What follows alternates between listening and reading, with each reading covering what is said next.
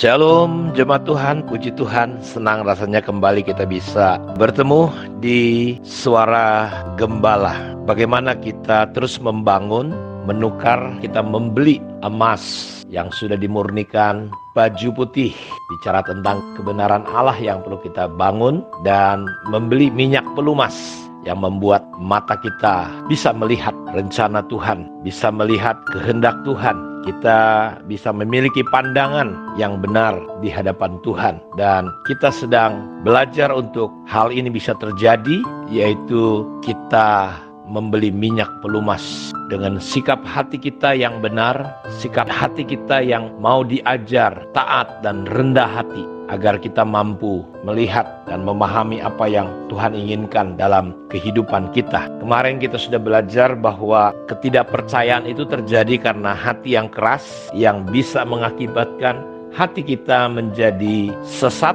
jahat, dan tegar. Karena itu kita memang perlu benar-benar menjaga hati kita supaya hati kita murni, bersih, sehingga tidak ada satupun yang menghalangi untuk kita bisa memahami kehendak dan rencana Tuhan. Kalau kemarin kita belajar dari orang Israel, bangsa Israel yang gagal masuk tanah Kanaan, maka saya ingin ajak saudara belajar dari murid-murid Tuhan Yesus. Dalam Markus 6 ayat 47-52.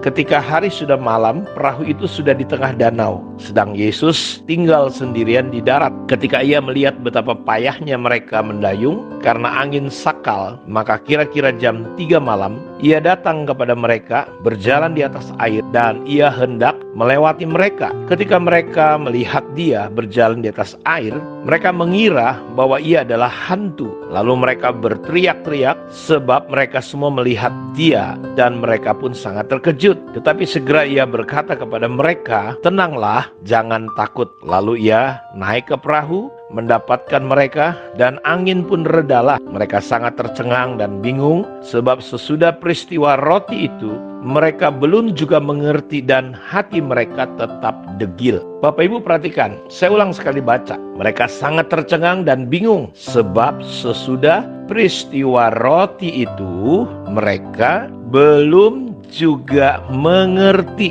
dan hati mereka tetap degil. Luar biasa. Bapak Ibu perhatikan baik-baik. Di sini Alkitab menyatakan mereka tercengang, bingung, sebab sesudah peristiwa roti itu mereka belum juga mengerti. Mereka ini murid-murid yang langsung dimuridkan oleh Tuhan Yesus, berjalan bersama-sama, mendengar Yesus, melihat banyak perbuatan-perbuatan Yesus, termasuk bagaimana waktu Yesus membuat mujizat 2 ekor ikan dengan 5 ketur roti. Dan beberapa kali Yesus melakukan mujizat-mujizat, membuat roti yang sedikit menjadi cukup untuk banyak orang. Dan ketika peristiwa angin melanda perahu mereka mengalami ketakutan. Dan ayat ini menyatakan mereka tercengang, bingung, sebab sesudah peristiwa roti itu mereka belum juga mengerti dan hati mereka tetap degil. Saudara lihat pengalaman-pengalaman mujizat, apa yang mereka alami, apa yang mereka lihat, rasakan,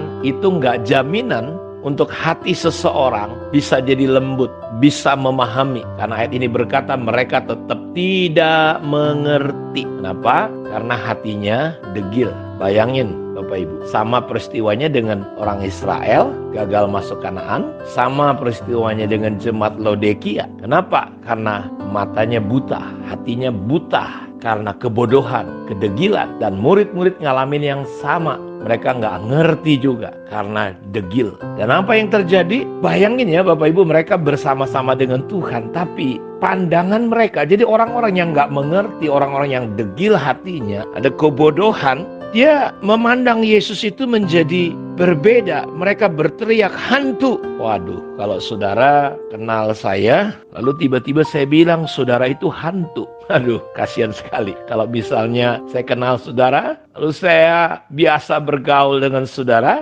tiba-tiba karena satu kejadian saya bilang saudara setan, saudara hantu. Jadi lihat, orang yang hatinya nggak mengerti karena kedegilan, kita bisa punya pandangan yang berbeda. Bahkan mereka gagal melihat Yesus dengan benar, menyatakan Yesus hantu. Dan kalau ini terjadi hari-hari ini dalam kehidupan gereja Tuhan, anak-anak Tuhan, kita salah paham, seringkali kita curiga, kita berpikir Tuhan gak bertanggung jawab hanya gara-gara masalah corona. Kita pikir seolah-olah Tuhan hilang, lenyap dari dunia ini. Kita lebih percaya corona daripada Tuhan. Kita lebih mempercayai ketakutan kita. Kita lebih mempercayai apa yang kita lihat, kita rasakan, kita dengar apa kata dunia. Kita kehilangan iman, kepercayaan kita. Seperti orang Israel, mereka tidak masuk ke Kanaan karena ketidakpercayaan. Murid-murid gak percaya, bahkan mereka melihat Yesus itu hantu.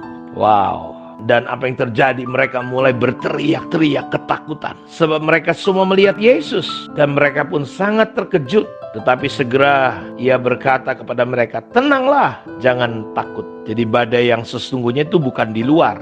Badai yang sesungguhnya ada di dalam hati kita. Penglihatan kita yang gak jelas karena hati kita degil. Makanya kita sulit percaya. Mereka ketakutan. Melihat Yesus salah pandang, melihat badai ketakutan. Jadi badai yang sesungguhnya adalah di kedegilan kita, di kebodohan kita, di ketidakmengertian kita. Karena itu lewat peristiwa ini. Bahkan setelah mereka melewati fase bagaimana dia membuat mujizat tentang roti itu, mereka tetap juga tidak percaya. Jadi memang benar-benar kita perlu pewahyuan. Karena kalau saudara pelajari sampai Yesus mati, bangkit 40 hari hidup, ngobrol kembali tentang kerajaan Allah kepada murid-murid, tetap mereka salah paham. Pikiran mereka tetap duniawi. Kapan engkau menyatakan kerajaanmu, bebaskan orang Israel dari pembebasan, tawanan, penjajahan Romawi. Jadi pembebasannya hanya sebatas perkara-perkara lahiriah. Mereka tetap nggak ngerti-ngerti Bapak Ibu. Nah ini penting sekali.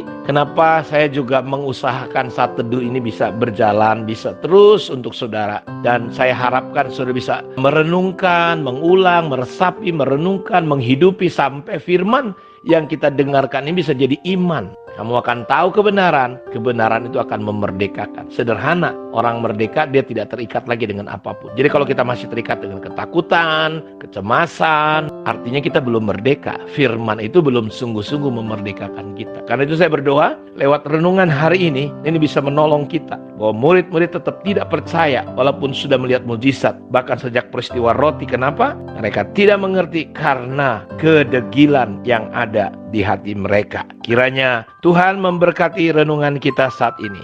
Shalom.